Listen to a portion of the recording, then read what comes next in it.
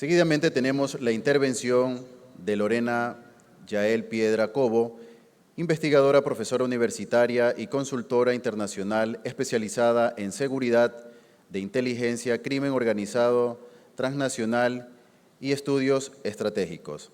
Doctora de Estudios Latinoamericanos por la Universidad Andina Simón Bolívar, con una trayectoria íntegra académica de formación políticas públicas y asesoría institucionales nacionales e internacionales. Se ha consolidado como una de las voces ecuatorianas más reconocida en el análisis de los desafíos que se ha formado como profesionales civiles, militares, policiales y de alto nivel, liderando proyectos de investigación e innovación en seguridad y prevención de violencia. Un aplauso, por favor, para nuestra querida Lorena Piedra, PhD.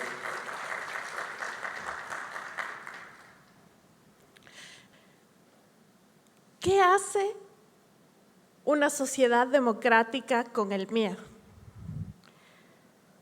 Yo propuse hablar hoy sobre el miedo en las sociedades democráticas porque me preocupa muchísimo esta pregunta que tengo aquí, ¿no? ¿Qué estamos dispuestas o dispuestos a aceptar cuando tenemos miedo? Y este es un tema que me preocupa muchísimo en este momento que vivimos en el Ecuador.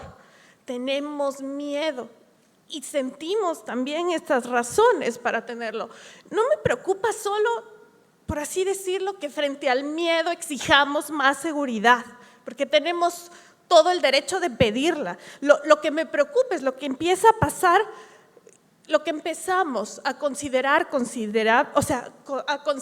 aceptable cuando tenemos miedo. ¿Qué estamos dispuestos a hacer? ¿Qué estamos dispuestas a considerar normal? Hace poco leía este libro de Marc Répond, La cultura del miedo. Él es un filósofo francés. Y ahí encontré una idea que me ayudó a ponerle palabras a algo que llevo hace muchísimo tiempo observando. Normalmente, y como decían los queridos hermanos que me antecedieron en la palabra, pensamos del miedo como un mecanismo que solo sucede y que es característico de los gobiernos autoritarios. Un Estado que amenaza, una población que siente mucho miedo y obedece, pero este mecanismo está presente también en las democracias. Y quiero que nos fijemos en esta cifra, ¿no? 37.4% de las ecuatorianas y los ecuatorianos consideramos la inseguridad como nuestra primera preocupación, y esta fue una encuesta de Comunicaliza del 2024, ya se imaginarán cómo está esto en el 2026. En una democracia, en teoría, yo no necesariamente tengo miedo del Estado, puedo tener miedo de un otro, tener miedo de una circunstancia y más bien pedirle al Estado que me proteja. Y eso está en los parámetros de normalidad. Ahora, esto empieza en el marco de una democracia a ser un problema cuando mi necesidad de sentirme protegida, empieza a modificar estos límites de lo que yo eventualmente considero aceptable. El miedo tiene la capacidad de transformar nuestra sensibilidad, incluso por fuera de esta teoría que dice que siempre hay alguien que está diseñando deliberadamente este proceso de volvernos insensibles.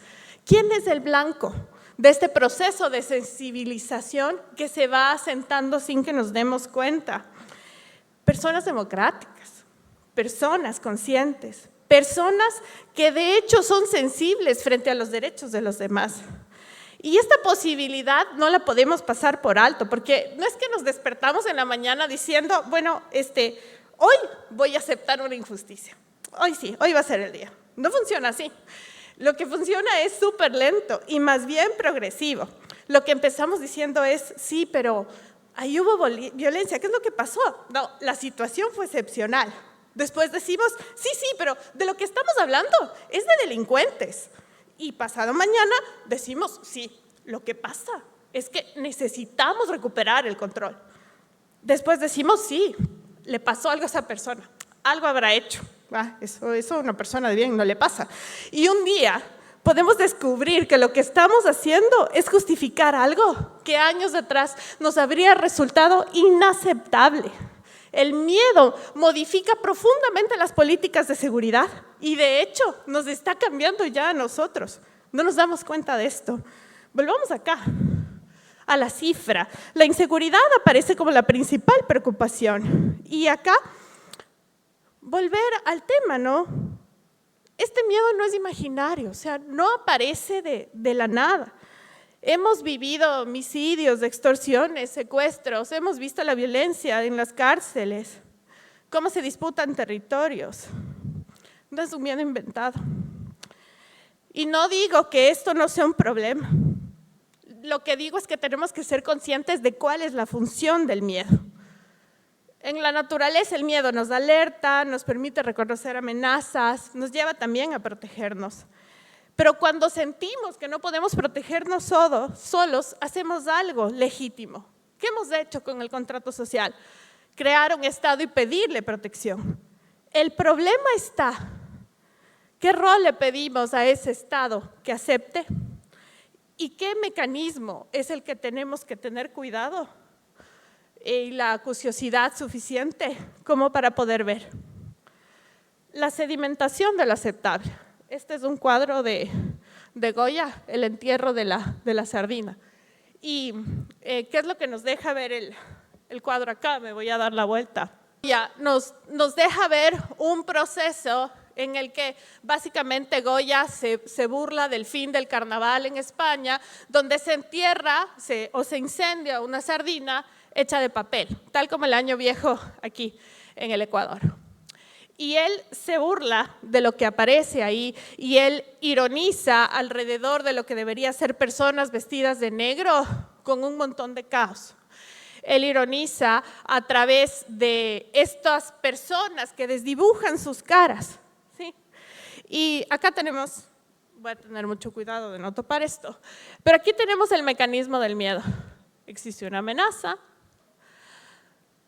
se genera el miedo, pedimos protección al Estado, pero el miedo lo genera un otro, que es distinto de nosotros.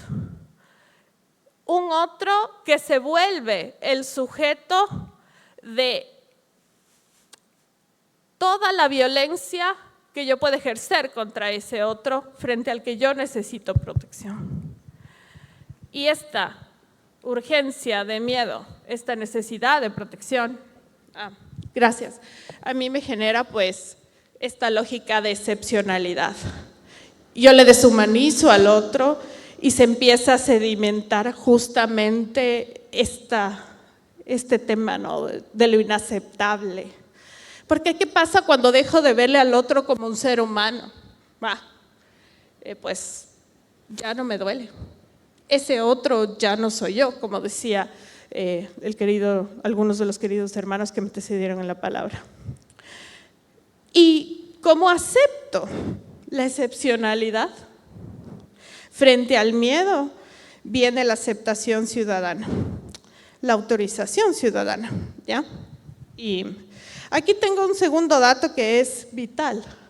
Este fue el porcentaje del apoyo a la acción complementaria de las Fuerzas Armadas en el tema de seguridad interna en el Ecuador. En el fondo, 7 de cada 10 ecuatorianos votaron a favor de permitir el apoyo complementario. Tenemos que leerlo con cuidado, ¿no? Yo no digo que hayamos sido manipulados como ecuatorianos o ecuatorianas. Personalmente, para mí, las Fuerzas Armadas no deberían intervenir en seguridad interna jamás. Pero más allá de eso, quiero que veamos el mecanismo. Habíamos experimentado una situación de violencia extraordinaria. Teníamos miedo, queríamos protección. Y se nos preguntó si estábamos dispuestos a ampliar las capacidades del Estado para enfrentar esta amenaza. Y la mayoría dijo que sí. Esto ocurre dentro de las democracias. Aquí nadie nos impuso, no hay un dictador que esté diciendo las Fuerzas Armadas tienen que estar afuera. Aquí existe autorización que nosotros otorgamos, autorización ciudadana. ¿Qué quiere decir? Que nosotros autorizamos esas capacidades. Normalmente imaginamos quién es este otro, contra quién van a ser utilizadas. El narcotraficante, el sicario, el extorsionador, el miembro de una organización criminal, y son ellos. Nunca nos vemos como ellos. Bueno, ellos son los peligrosos. El texto de Marc Crépon nos interpela y nos obliga a preguntarnos en qué momento se borran los límites de los blancos de la inseguridad, incluso con qué facilidad. En qué momento dejamos de ver personas y empezamos a ver únicamente amenazas. Esto ocurre y la sensibilidad como que se va durmiendo, cambia.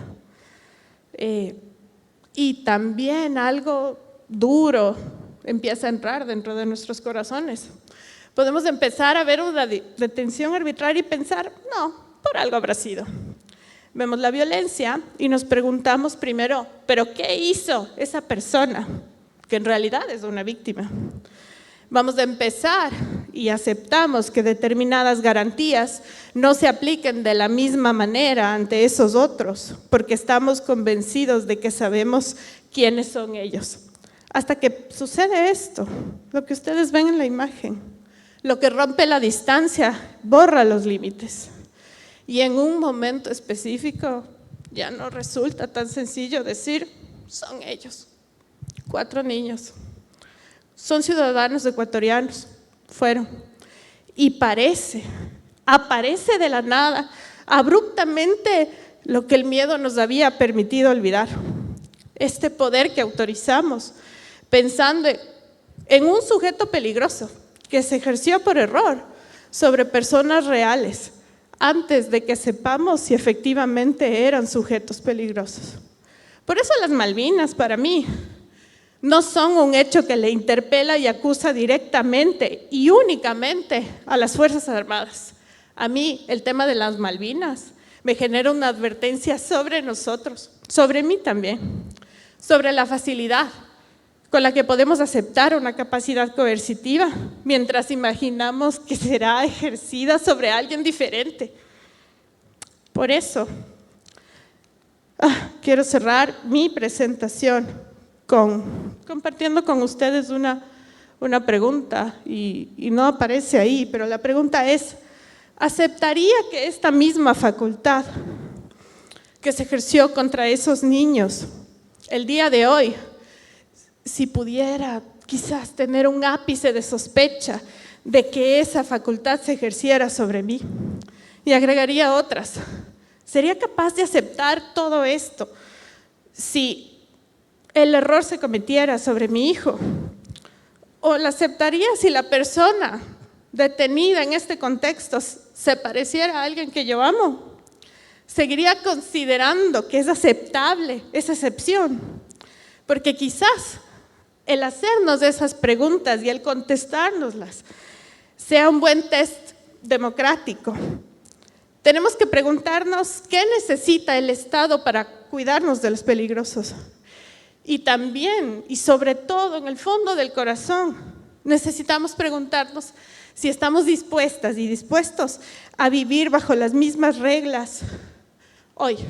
Esas reglas que estamos dispuestos y que autorizamos que se les aplicaran a ellos, a los otros. Muchas gracias.